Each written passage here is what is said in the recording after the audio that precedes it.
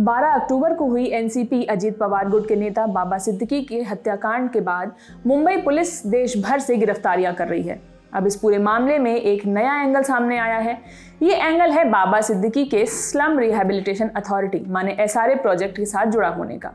Mumbai crime branch अब इस बात की जांच कर रही है कि कहीं बाबा सिद्दीकी की हत्या इस प्रोजेक्ट से जुड़ी तो नहीं है, क्योंकि बाबा सिद्दीकी और उनके बेटे ज़ीशान पिछले कई महीनों से बांद्रा कुर्ला कॉम्प्लेक्स में 2 झुग्गी पुनर्विकास परियोजनाओं संत ज्ञानेश्वर नगर और भारत नगर के खिलाफ विरोध कर रहे थे, जहां 4000 से अधिक परिवारों को विस्थापित करके 5 स्टार होटल के साथ एक रेसिडेंशियल बिल्डिंग और एक कॉमर्शियल कॉम्प्लेक्स बनना था। लेकिन अचानक लॉरेंस गैंग के नाम के बीच हत्या के मामले में ये एंगल कहां से आया? दरअसल 17 अक्टूबर को ज़ीशान सिद्दीकी ने उनकी हत्या के बाद एक्स पर एक पोस्ट किया था, जिसमें उन्होंने कहा था, मेरे पिता ने गरीब मासूम लोगों की जान और घरों की रक्षा करते हुए अपनी जान गंवा दी। आज मेरा परिवार टूट गया है, लेकिन उनकी मौत का राजनीतिकरण नहीं किया जाना चाहिए और निश्चित रूप से इसे व्यर्थ नहीं जाना चाहिए। मुझे न्याय चाहिए, मेरे परिवार को न्याय चाहिए। इस मामले पर ज़ीशान ने ललन टॉप से बातचीत के दौरान सौरभ द्विवेदी से अपने पिता और बिल्डर कनेक्शन पर बात करते हुए क्या कहा था, वो भी देखिए।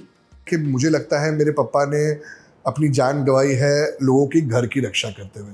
मैं ये मानता हूँ कि पापा के अस्पताल पहुँचने से पहले एक नैरेटिव सेट किया गया था, जो आप सब मीडिया में देख रहे हैं, सब देख रहे हैं। तो मेरा ये प्रश्न था कि अगर लोग इतने रेडी थे और लोग इतने तैनात थे, सिस्टम इतना तैनात था कि ये चीज़ किसी ने की है, तो why did you not prevent it from happening? अगर आपका इंटेलिजेंस इतना था तो why did you not prevent it from happening? तो मुझे तो यही शक है। When you say narrative set किया गया, जी, are you hinting at the conspiracy theory कि लॉरेंस बिश्नोई के शूटर्स ने ये काम किया, ये narrative? Yes, I am hinting at that, but I don't know if it is true और नॉट। मुझे ये नहीं पता कि कौन किसने किया है। आप रीडेवलपमेंट और बिल्डर्स की बात कर रहे हैं। जी, मेरे पिता ने हमेशा गरीब लोगों की लड़ाई लड़ी है और उनके घरों की लड़ाई लड़ी है, और कहीं ना कहीं मुझे लगता है कि उनकी जान भी इसी सिलसिले में गई है।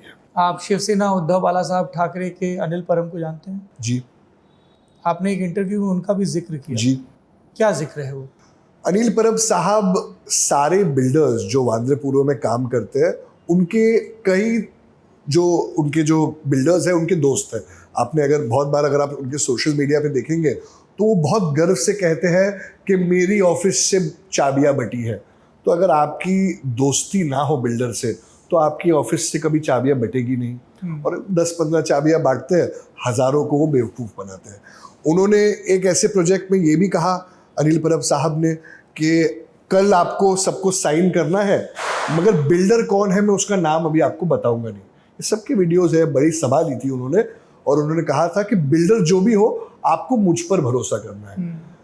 तो लोगों ने माना, क्योंकि लोग इतने डेस्परेट है कि उनको भी अच्छे कंडीशंस में रहना है। फिर उसके बाद मैंने सभा ली अगले दिन। मैंने कहा कि आप किसी पे भी अंधविश्वास मत कीजिए। मैं भी अगर आपको कहूँ या कोई भी कहे, आप फाइन प्रिंट पढ़िए, आप देखिए, अगर आपको ये अच्छा लगता है, ये बिल्डर अच्छा लगता है, ये चीज़ें जो उन्होंने प्रॉमिस की है वो अच्छा लगता है, तो आप साइन कीजिए। मगर आप किसी पे भी अगर अंधविश्वास करेंगे तो वो कहीं ना कहीं आपका फ़ायदा ज़रूर उठाएगा। तो मेरा ये मानना है कि अगर इनकी दोस्ती इतनी गहरी थी कि ये खुल के ऐसा बोलते हैं, तो बिल्डर्स उनके दोस्त भी है। और उन्होंने भी कई इंटरव्यूज़ में कहा है कि सारे बिल्डर्स मेरे पास आते हैं। सारे बिल्डर्स आपके पास आते हैं क्योंकि उनको आपके पास कोई वेस्टेड इंटरेस्ट होगा कि बिल्डर्स की आप इतनी मदद कर रहे हो और जनता आपको गालियाँ दे रही है। ये बाबा सिद्दीकी के मर्डर से कैसे जुड़ता है? मैंने कहा कि पप्पा का जो हत्या हुई है, मुझे लगता है कि कहीं ना कहीं जो गलत चीजें बिल्डर करना चाहते थे गरीबों के लिए, उनका हक मारना चाहते थे, builder lobby is behind it, you suspect? I suspect that he is lost his life saving the lives of the people, and उसमें बिल्डर ही है जो शायद से एक उनको अपना रास्ता का कांटा मानते थे। और बिल्डर है तो बिल्डर के दोस्त भी बहुत है जो इन्वॉल्व हो सकते हैं, नहीं इन्वॉल्व सकते हैं। मैंने तो सिर्फ यही मांग की है कि एक स्पष्ट कार्रवाई हो, एक ऐसी कार्रवाई हो जिसमें आप किसी को भी रूल आउट नहीं कर सकते हो। टाइम्स ऑफ इंडिया में छपी रिपोर्ट के मुताबिक ज़ीशान की इस पोस्ट के बाद मुंबई क्राइम ब्रांच ने स्लम रिहैबिलिटेशन अथॉरिटी प्रोजेक्ट के एंगल से हत्या की जांच शुरू कर दी है। क्राइम ब्रांच ने एसआरए अथॉरिटी से एक लेटर लिखकर बांद्रा इलाके में चल रही उनकी परियोजनाओं के बारे में जानकारी मांगी थी, जिसे एसआरआई ने अब मुहैया करा दिया है। टाइम्स ऑफ इंडिया की रिपोर्ट के मुताबिक इस मामले पर एक पुलिस वाले ने नाम न बताने की शर्त पर जानकारी देते हुए बताया कि उन्होंने स्लम रिहैबिलिटेशन अथॉरिटी से दस्तावेज इकट्ठा किए हैं। वहीं इंडियन एक्सप्रेस में छपी रिपोर्ट के मुताबिक पुलिस अधिकारियों ने बताया कि एसआरए के एक कॉन्ट्रैक्ट पर काम करने वाले कर्मचारी ने 1 अगस्त को एफआईआर दर्ज कराई थी, जिसमें कर्मचारी ने कहा कि संत ज्ञानेश्वर नगर में सर्वेक्षण 22 जुलाई से शुरू हो गया था। 31 जुलाई को सिद्दीकी ने कथित तौर पर निवासियों के साथ एक बैठक की, जिसमें एसआरए अधिकारियों से जबरदस्ती सर्वेक्षण नहीं करने का आग्रह किया गया। आपको बता दें, बाबा सिद्दीकी की हत्या के मामले में अभी तक 2 शूटर समेत 16 आरोपियों को गिरफ्तार किया जा चुका है। पुलिस ने दावा किया है कि वो मास्टरमाइंड शुभम लोनकर से जुड़ा हुआ था और उसने इस केस में रेकी की थी, फायरिंग का अभ्यास किया और साजिश के बारे में पहले से जानता था।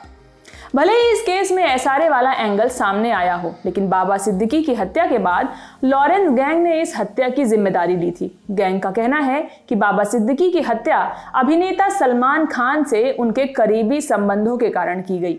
हत्या में गैंगस्टर लॉरेंस बिश्नोई के भाई अनमोल बिश्नोई का नाम भी सामने आया है, जिसे लेकर आगे की जांच की जा रही है। ये तो थी खबर की बात, लेकिन अब एक जरूरी सूचना। ललन टॉप का सालाना अड्डा लौट आया है। 22 नवंबर से 24 नवंबर तक दिल्ली के मेजर ध्यानचंद नेशनल स्टेडियम में। रजिस्ट्रेशन के लिए thelalantop.com पे दिए बैनर पर क्लिक कीजिए या डिस्क्रिप्शन में दिए लिंक पर क्लिक कीजिए। बनिए 3 दिन के ललन टॉप अड्डा का हिस्सा सिर्फ 499 रुपए में।